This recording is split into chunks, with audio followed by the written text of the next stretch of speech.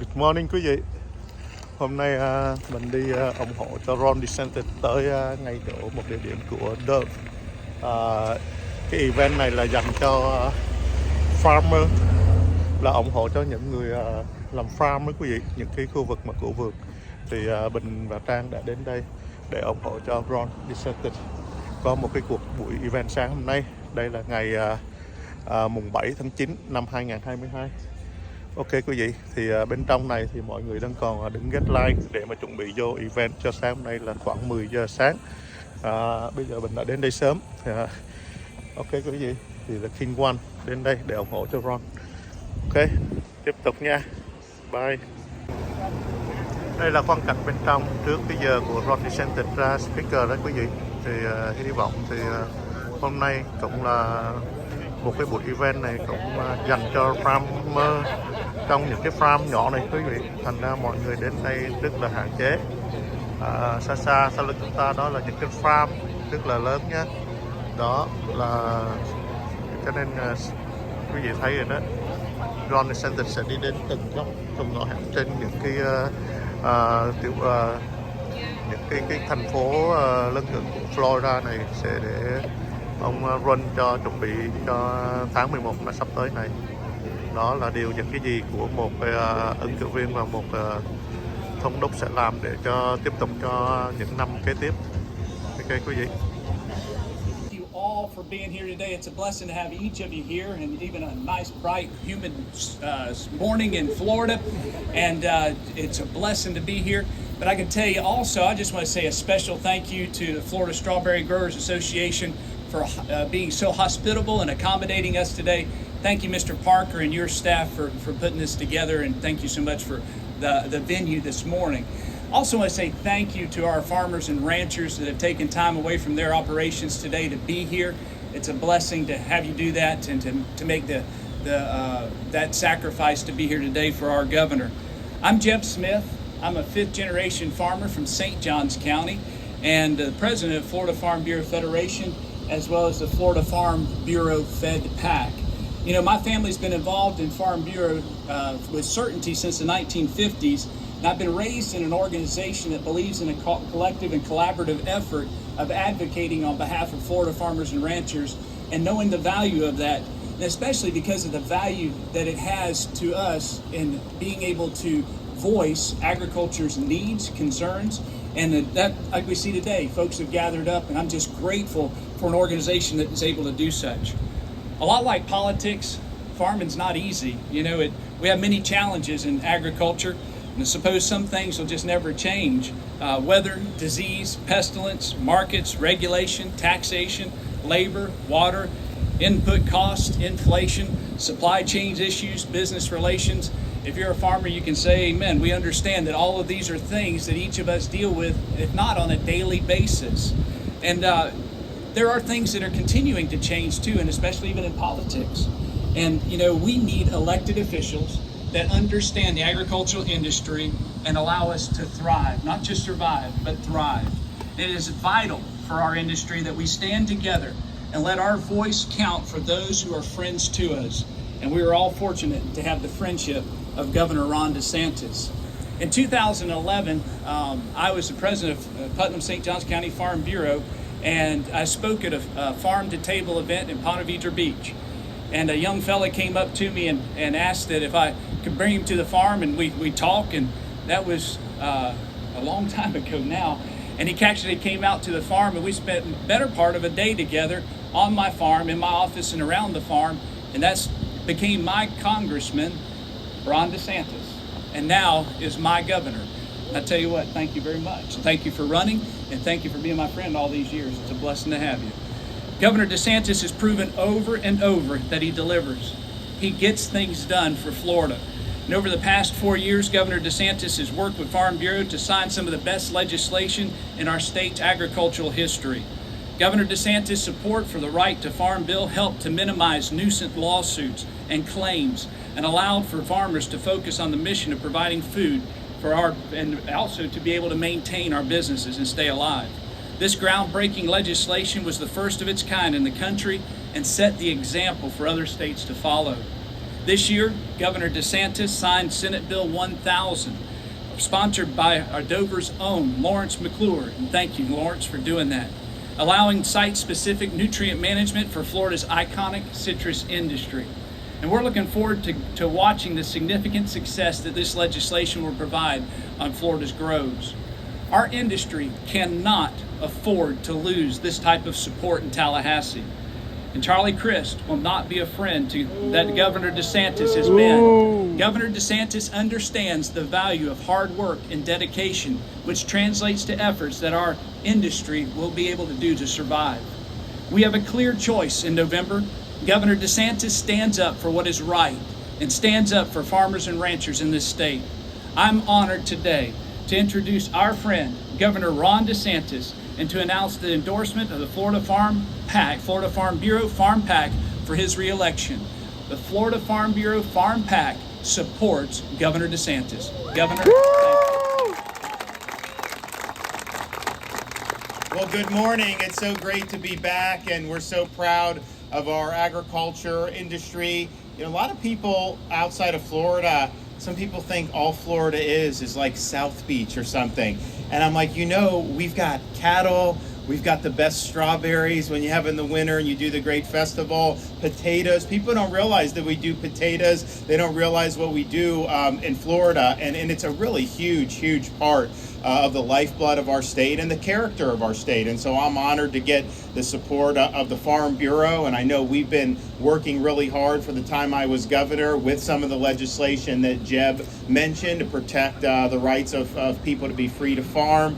We've done a lot too for the citrus industry with some of the grants that we were able to help them with because they've gone through a very difficult patch over many years, as most of you know, and that was really had been our iconic industry, and it's been very difficult. So there's research, there's grants, there's a whole host of things that we've done for that, and we're very proud. I also think I am the only governor who within 3.5 years of being in office was able to visit and do events in all 67 Florida counties.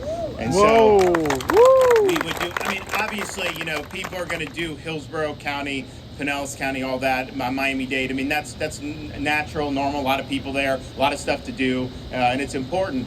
But we've done events in all of our rural counties. And when we're doing events, you know, we're not just, going up there, just shaking a few hands and leaving. We're bringing support. We're bringing infrastructure. We're bringing job training, a whole host of things that are going to really make an impact. And what I'd always tell people is, you know, if I have a $2 million that I can bring through like my job growth grant fund to help a rural community for like infrastructure, that means more to them than if I brought that $2 million to some of the bigger urban areas. Not that they don't appreciate it in the urban areas, but that's like a game changer for some of the things that we've been able to do. And I've gone to these events and we'll do different ribbon cuttings, or we'll provide checks. And I'll have people come up to me in some of the rural areas saying, you know, I've never seen a governor in person being in any of these counties before. And so we've showed up. We've put the sweat into the job to work very hard every single day.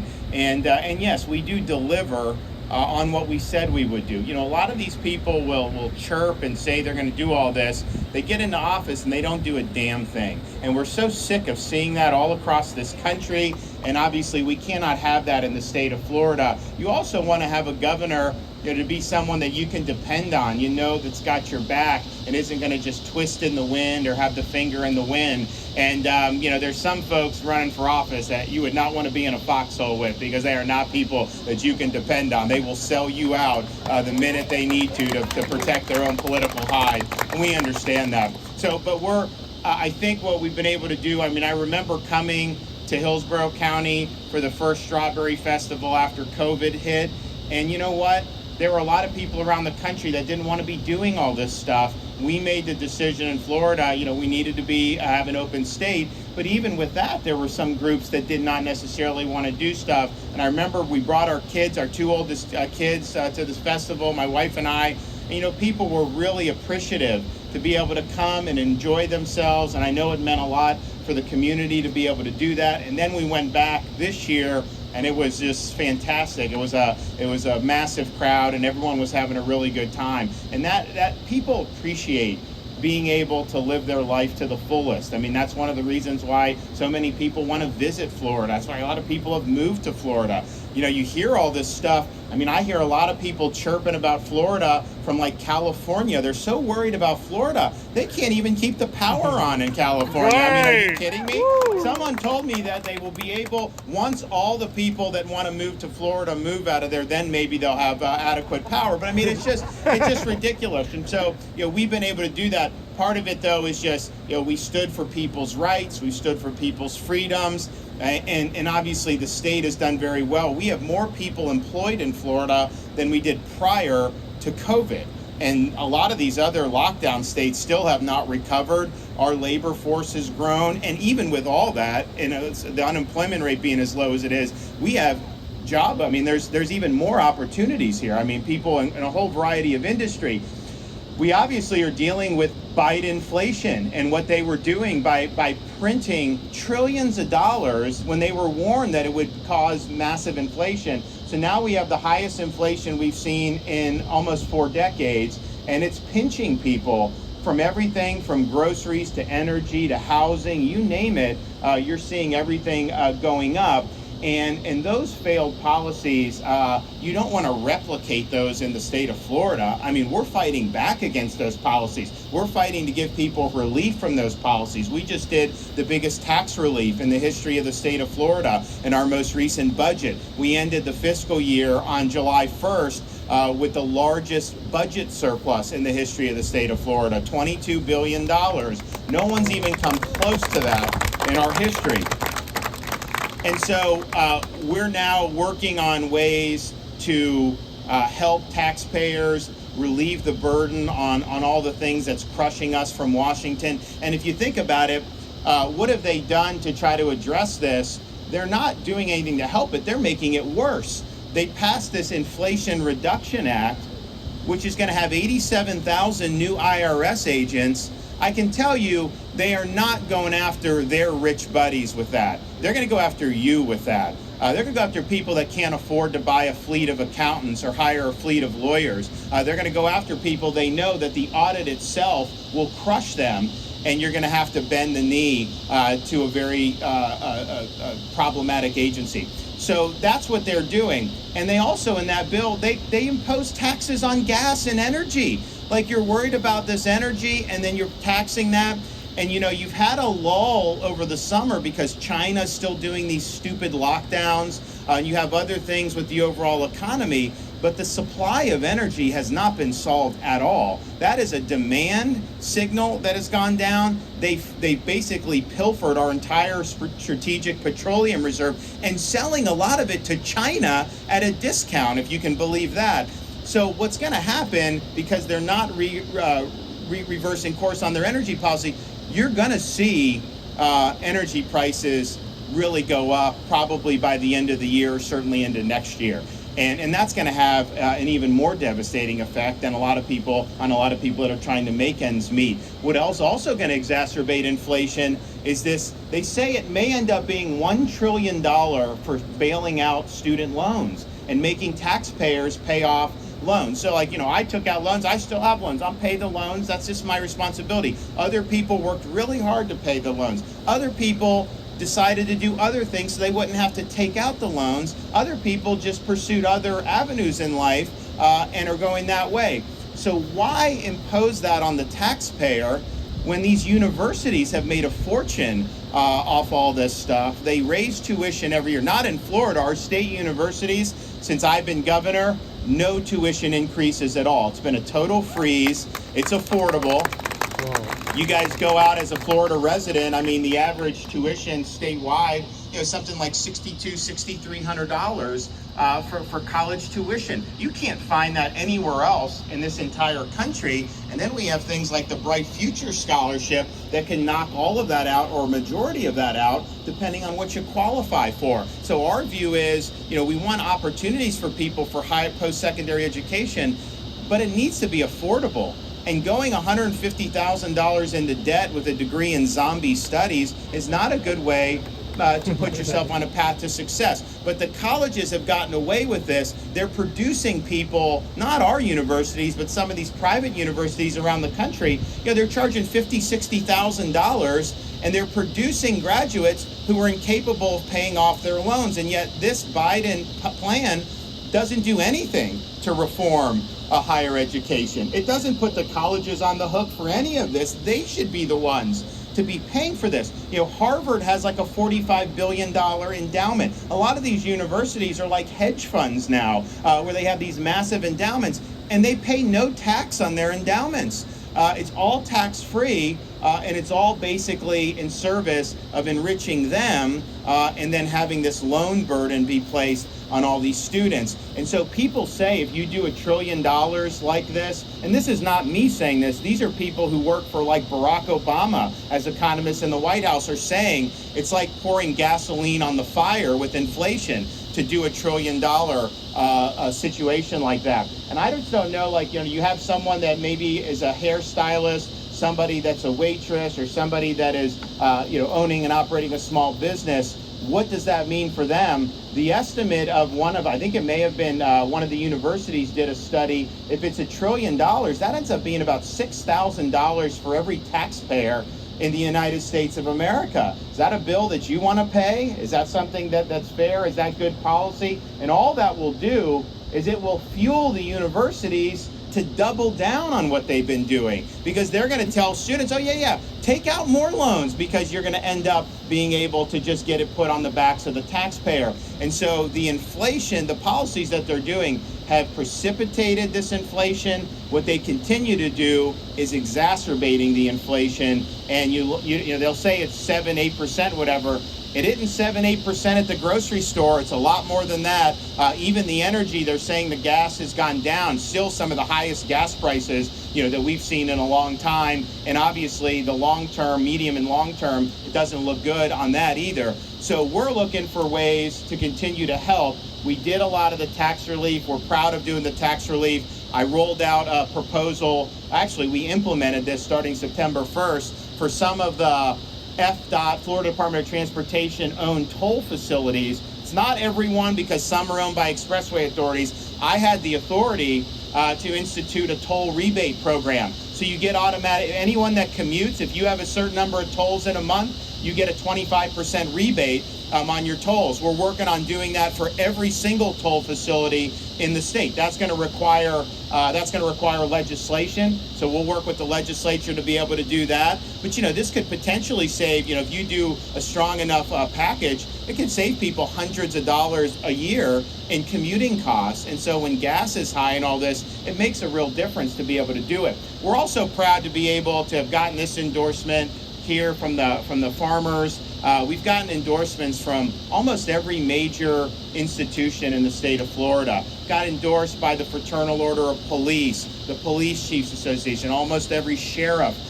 We got endorsed by the Hotel and Restaurant and Lodging Association. Can you imagine if we had done California policies in Florida, what that would have done to them? Would have been a total disaster. We've been endorsed by the Real Florida Realtors, because people actually want to move here and buy homes. So we've done all this, just showing that we've delivered across the board for the state of Florida. And yes, having low taxes, having the largest budget surplus in history, what we've been able to do to support law enforcement. You see what's happening across this country with the lawlessness in these cities, because they turn criminals back on the street.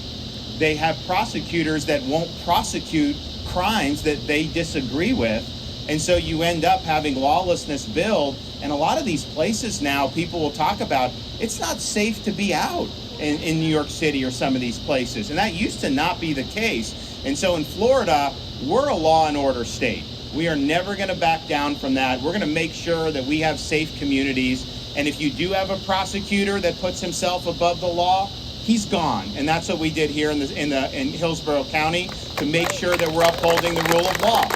I don't want to go down this road where people can pick and choose what laws to enforce. We did bonuses for 2 straight years, $1,000 for every police, firefighter, and first responder in the entire state of Florida. We also protected their jobs against mRNA vax mandates. They wanted to fire everybody, Biden and his friends.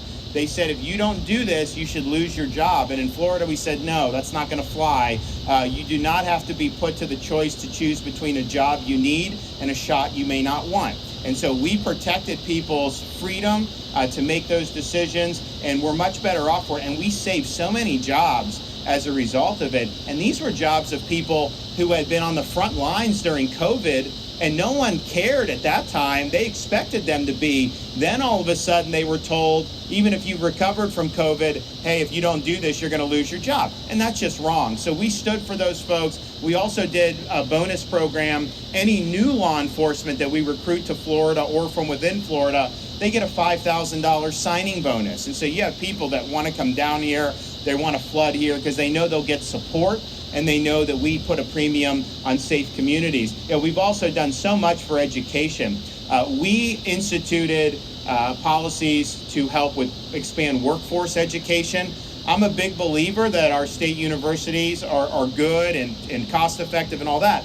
But if you think about it, that's not the only way you can be successful. There are a lot of trades, there's a lot of core skills that if our students have that at a high school even, they're able to go and get very, very meaningful, gainful employment very, very quickly. And guess what? They don't have to go deep into debt to do it. So we're a big believer in workforce education. I said we would make Florida #1 in workforce education by 2030. We were in the bottom half of states. We're rocketing up that list. We're ahead of schedule, and we're going to make sure we do more on that.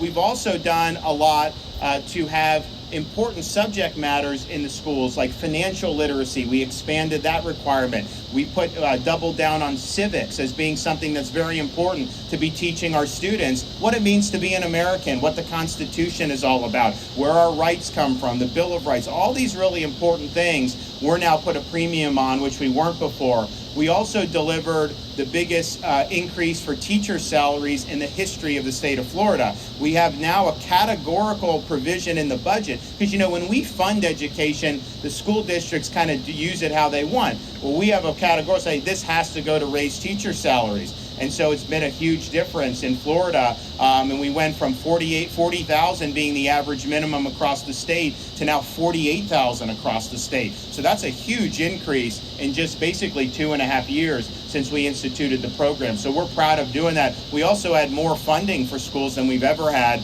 both per pupil and overall in the history of the state of Florida. And we are very, very insistent that the purpose of our system, our school system, is to educate students, not to indoctrinate students. And we believe in the rights of parents, that they have a fundamental role in the education and upbringing of their children, that they have a right to know what curriculum is being used in the schools, that they have the right to object if you have inappropriate material. And some of the stuff they're trying to get into these middle school libraries are really grotesque.